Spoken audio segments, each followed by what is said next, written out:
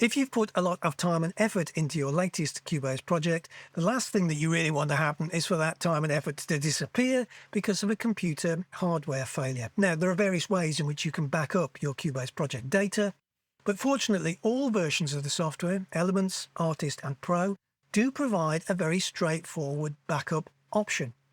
Now, if you're new to Cubase, new Cubase user, this is a habit that you should really establish very early on.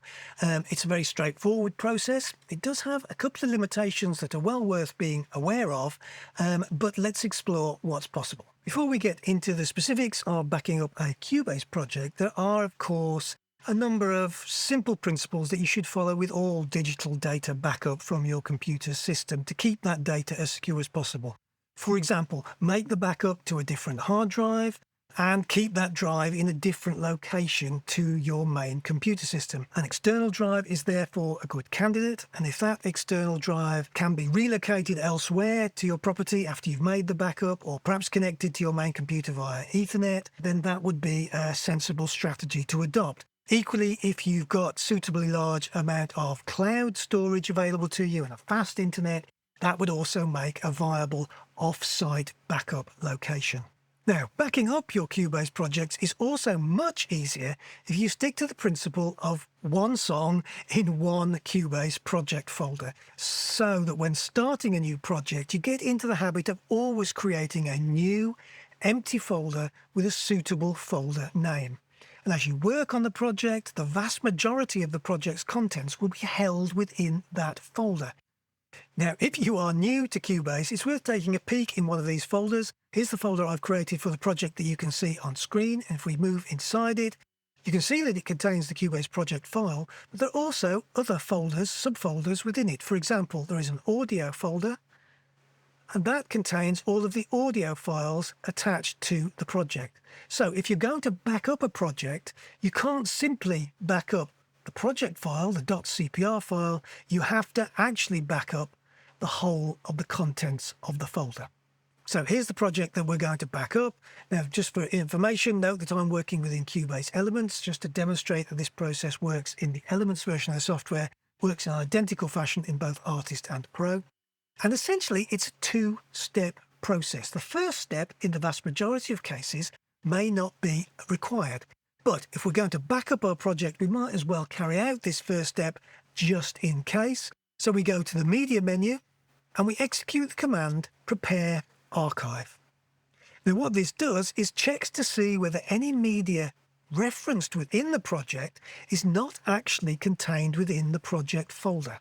If it does find a missing item, then it will copy those missing items to the project folder. And in this case, it hasn't found any issues. It's telling us essentially that the project is ready to back up. We can click OK, and that first step is now complete. The second step is actually simply to execute the backup project command. We do that from the File menu, Backup Project, and we then get prompted with File Browser, and it's pointing at the project that we're currently in. And what we want to do is create a new folder. I'm going to navigate to a different hard drive. I'm going to create a new folder, give it a suitable name. That now becomes the default folder. I can now hit the Open button, and Cubase will prompt us to give our project a name. And you also get a number of tick boxes. Well, there's some useful options here to make the project backup as compact as possible, but you don't have to do that if you don't wish to. For example, I could tick the Do Not Backup Video. So if this project had a video file embedded within it, that might be quite a large file. I don't need to back up the video file. I could choose not to have the video file included in the backup project. I can choose to remove unused files. For example, if there were tracks that I recorded content for, I've subsequently removed those tracks from the final version of the project. I may not want to add those to my backup.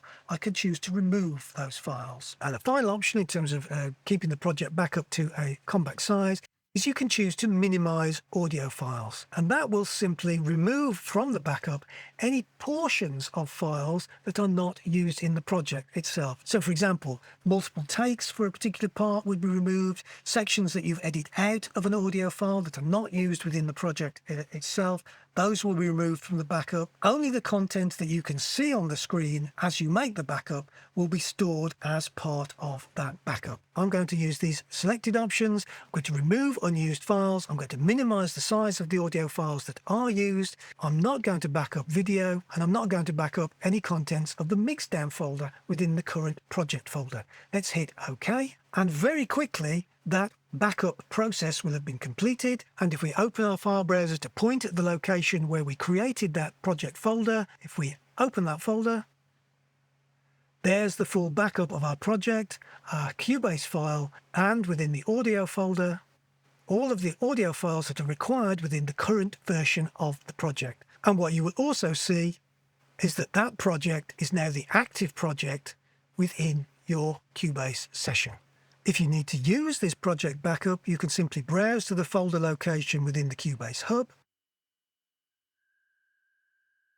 select the .cpr file, open, and the project should load and look just as it was when you created the backup from the original project. Now, as I said at the start of the video, there are a couple of gotchas to be aware of though. The first one is simply a practical point. If you actually want to use this backup project, perhaps recording new parts, changing elements of the mix, etc., and you created the backup on a non-local drive, you might need to move it back to your local drive for optimal performance.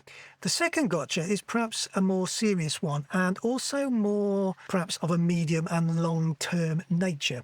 When you open your backup project, it will start to look on your system for all the virtual effects and virtual instrument plugins that we used in the original project. If all of those are still present and working on your system, then you'll be good to go. However, if any of those plugins are no longer on your system, for example, perhaps when a backup was created several years ago, then you will get an error message about those missing plugins or virtual instrument sounds. So this approach to project backup is therefore something of a compromise. It is super simple to do and therefore very easy to do on a regular basis with projects that you put some time and effort into. But it is perhaps not completely foolproof as a long-term archiving strategy. Don't feel too bad about this. The same has always been true for music recording. Trying to record a session from a 24-track tape in a traditional studio, where, for example, the hardware compressor used on the vocal in the original mix has subsequently died. Those sorts of situations do occur. And if you do find that you have an effects plugin or a virtual instrument sound that's now not available when you load the project backup, just try to take a pragmatic view to it and find a suitable alternative plugin to replace those that are missing. Despite those limitations I've just described, I really do think this is a case where we just need to take the win. The backup project option within Elements Artist and Pro is really a great feature to have. However, if you're interested in a more long-term approach to backup, more of an archiving of your projects, and how to overcome perhaps the limitations of losing an effects plugin or losing a virtual instrument plugin, if you would like to see a video on that topic, then do drop a comment below, and at some point I'll try and find time to put together a video on that. Anyway, I hope that's been useful. If you're interested in this kind of Cubase and music tech related content, do subscribe to the channel and also check out the additional links in the video description for some further Cubase tutorials and related material. Thanks very much for watching, and until next time, I hope you enjoy getting some music made.